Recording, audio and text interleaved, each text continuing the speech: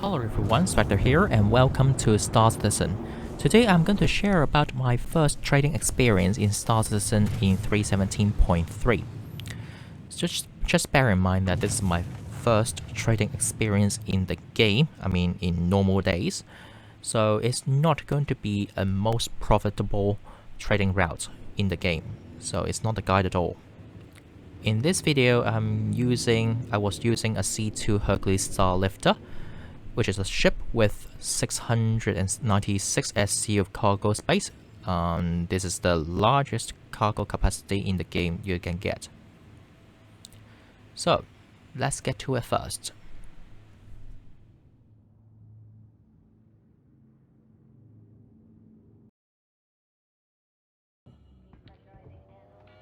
Since my base would be in HUR L1, so, well, the closest planet system would be Crusader.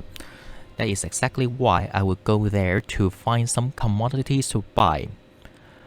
And I managed to go to Yela, since it seems like more commodities over there would be more valuable, and also like more choices for me to choose. So, well, that's why I go there. And first stop, I will go to HUR Mining Area 157. Over there, I managed to purchase some Astantine that the price would be around 118,000 AUEC. I was supposed to purchase fluorines over there as well, but it turns out, well, I changed my mind because there might be some more commodities for me to purchase, which is better, more profitable for me.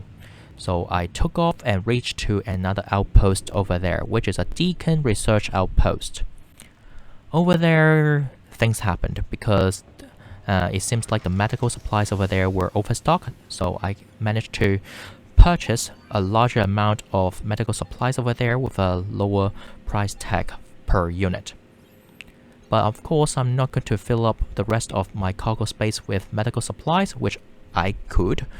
But, well, if things happened, like the commodities alert changed, some cities may not be able to purchase all of my cargo, which is bad for trading. So I decided to purchase part of it.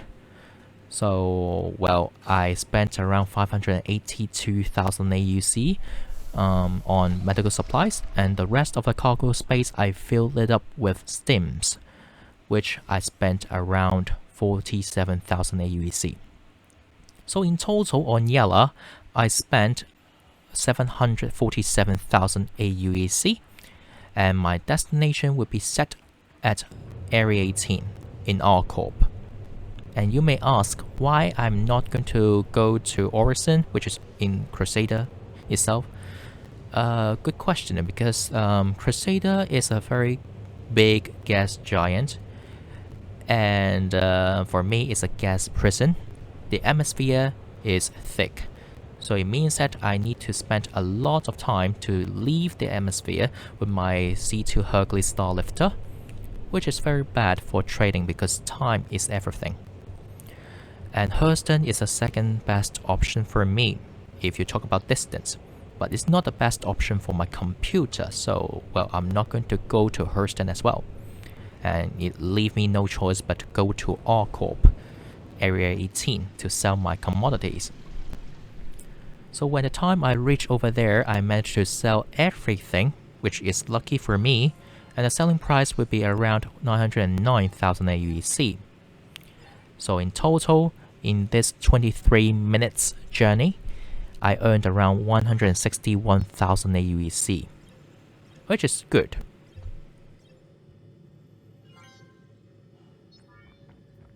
After selling my medical supplies, Astantine, and also stims in Area 18, I decided to go to Yela, one of the satellites around HUR. There is an outpost over there called HUR Mining Area 056. The main reason why I go there just simply because over there they got more valuable commodities for me to purchase. So over there I managed to purchase around 120,000 AUEC worth of Laranite, 92,000 AUEC worth of Astantine, and the remaining cargo will be filled with diamonds, which I spent around 306,000 AUEC.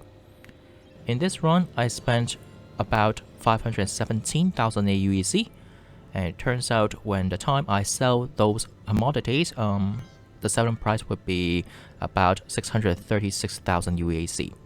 In this 11 minutes cargo run, I managed to earn around 118,000 AUEC. After those 2 cargo runs, actually I earned quite a lot already, but I decided to have the 3rd one before I went to sleep. So I go for scrap. I purchased some scrap in Area 18 that worth around 94,000 AUEC. And my destination will be traveling back to HUR L5, which is one of the stations, space stations that will accept my scrap. So over there, when the time I reached to HUR L5, I managed to sell my scrap with a price tag of 133,000 AUEC. So in total, I earned around 39,000 AUEC in 40 minutes, just simply because of some navigation problem with the Moby Glass. With all these 3 trades at the end, I earned around 319,000 AUEC within an hour from buying to selling.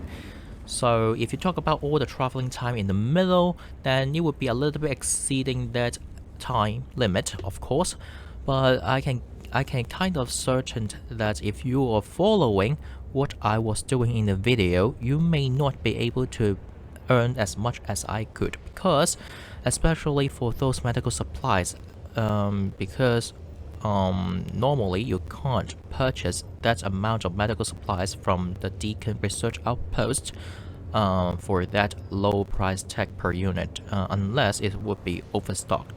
So normally it will be far less than that amount, which means the profits would be much less if you follow what I was doing in this video. Although I said that this video is not a guide, but still I got some information about those commodities I purchased in this video at those locations. Okay, so those information would be according to what I could see in the website about Star Citizen trading. So well, it will change time to time, especially for those buying price. Yes, so basically those selling price will not change that much unless someone sold it like quite frequently at that period of time before you. If not, the selling price tag will not change that much, but instead the buying price point will be changed quite frequently time to time. So let's get to it first, shall we? First up, let's talk about the R-Corp mining area 157 on Yela. Over there, the ascent time is going to be about 7.88 alpha UAC per unit if you're going to buy it right now.